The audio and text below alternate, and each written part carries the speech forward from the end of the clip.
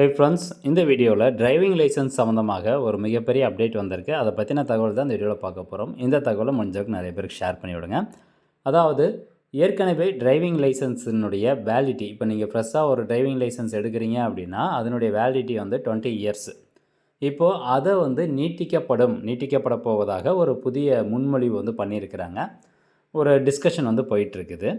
அது எத்தனை வருஷம் நீட்டிக்கப்படுது அப்படிங்கிறத இங்கே கொடுத்துருக்காங்க பாருங்கள். தற்போதைய விதிகளின்படி ஒரு புதிய ஓட்டுநர் உரிமம் 20 ஆண்டுகள் அல்லது உங்களுக்கு 40 வயது ஆகும் வரை மட்டுமே செல்லுபடியாகும். ஆனால் புதிய விதியின்படி நீங்கள் உரிமம் பெறும் தேதியிலிருந்து உங்களுக்கு 50 வயது ஆகும் வரை அது தானாகவே செல்லுபடியாகும் அப்படின்னு சொல்லியிருக்காங்க.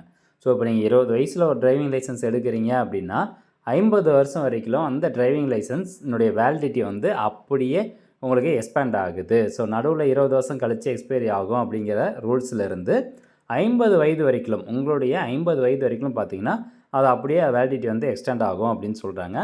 இது வந்து டிஸ்கஷனில் தான் இருக்குது. இன்னும் இதுக்கான ஒரு கவர்மெண்ட் சைட்லேருந்து ஒரு அரசாணை அந்த மாதிரி எதுவும் வரல. அதுதாங்க சொல்கிறாங்க. இது எதனால் இந்த மாதிரியான ஒரு வேலிடிட்டி வந்து எக்ஸ்டெண்ட் பண்ணுறாங்க அப்படின்னு பார்த்தீங்கன்னா, இந்த ஆர்டிஓ ஆஃபீஸ்க்கு மக்கள் அடிக்கடி அலைய தேவையில்லை, அங்கே ஆர்டிஓ ஆஃபீஸ்க்கு அடிக்கடி போகணும் அப்படிங்கிற அவசியத்தை வந்து குறைக்கணும் அப்படிங்கிறது காரணத்தினால இந்த ரினியூவல் பண்ணக்கூடிய இந்த விதிமுறைகளில் இந்த மாற்றத்தை கொண்டு வர போகிறதா சொல்லியிருக்கிறாங்க.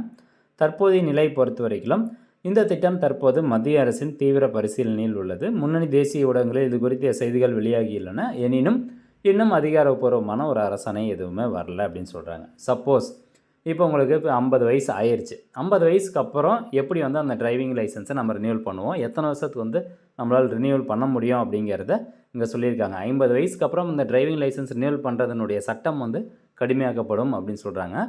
இங்கே பாருங்கள், 50 வயதை கடந்தவுடன் ஓட்டுநர் உரிமம் நீண்ட காலத்திற்கு வழங்கப்பட மாட்டாது. ஒவ்வொரு 5 ஆண்டுகளுக்கு ஒரு முறை அதனை கட்டாயம் புதுப்பிக்க வேண்டும். அந்த மாதிரி 50 வயதை தாண்டினதுக்கு அப்புறமா கண்டிப்பாக அந்த ஃபார்ம் 1A அப்படிங்கிறது சப்மிட் பண்ணணும். அது ஏற்கனவே இருக்கக்கூடிய நடைமுறை தான், கட்டாய மருத்துவ சான்றிதழ். ஸோ அந்த மெடிக்கல் ஃபிட்னஸ் சர்டிஃபிகேட் சப்மிட் பண்ணால் மட்டும்தான் உங்களுக்கு அடுத்த 5 வருஷத்துக்கு அதை ரினியூவல் பண்ணி கொடுப்பாங்க. அந்த மெடிக்கல் சர்டிஃபிகேட்டில் உங்களுடைய ஐ விஷன் வந்து எப்படி இருக்குது, கண் பார்வை திறன் எப்படி இருக்குது, அதுக்கப்புறம் உங்களுடைய உடல் தகுதி, இது எல்லாமே பரிசோதித்து ஒரு மெடிக்கல் சர்டிஃபிகேட் கொடுப்பாங்க. அந்த மெடிக்கல் சர்டிஃபிகேட் ஃபார்ம் 1A கொடுத்ததுக்கப்புறம் தான் உங்களுக்கு நெக்ஸ்ட் ஒரு 5 இயர்ஸ்க்கு அந்த டிரைவிங் லைசன்ஸை ரினியூவல் பண்ணி கொடுப்பாங்க.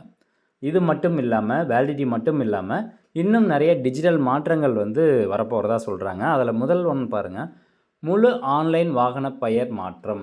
அதாவது வாகனங்களை விற்கும் போதோ அல்லது வாங்கும் போதோ செய்யப்படும் உரிமையாளர் பெயர் மாற்றம், ஓனர்ஷிப் டிரான்ஸ்ஃபர் இனி முற்றிலும் ஆன்லைன் மூலமாகவே செய்யப்படும் அப்படின்னு சொல்லிட்டாங்க. ஸோ ஆன்லைன் மூலமாகவே நீங்கள் வந்து வெஹிக்கிள் ஓனர் வந்து டிரான்ஸ்ஃபர் பண்ணிக்கலாம்.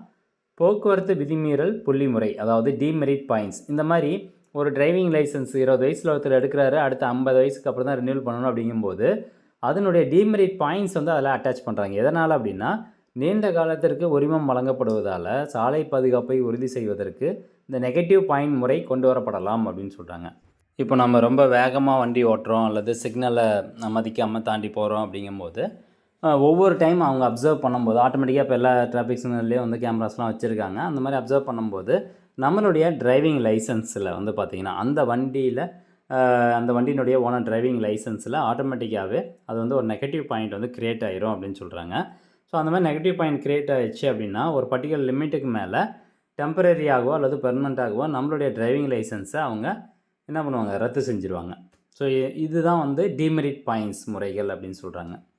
ஸோ ஃப்ரெண்ட்ஸ், இதுதான் வந்து அப்டேட்டு. கண்டிப்பாக கூடிய விரைவில் இது வரும் அப்படின்னு நினைக்கிறேன். ஸோ இதுக்கப்புறம் டிரைவிங் லைசன்ஸ் எடுக்கிறவங்களுக்கு 50 வயசு வரைக்கும் அவங்களுக்கு அந்த வேலிடிட்டி வந்து எக்ஸ்டெண்ட் பண்ணுவாங்க. ஆனால் ஏற்கனவே இருக்கக்கூடிய டிரைவிங் லைசன்ஸ், இப்போ நான் வந்து ஏற்கனவே டிரைவிங் லைசன்ஸ் எடுத்துகிட்டு எனக்கு இன்னும் 50 வயசு ஆகலை, ஸோ எனக்கும் வந்து எக்ஸ்டெண்ட் பண்ணுவாங்களா அப்படிங்கிற இன்ஃபர்மேஷன்லாம் வந்து இன்னும் தெளிவாக வரல.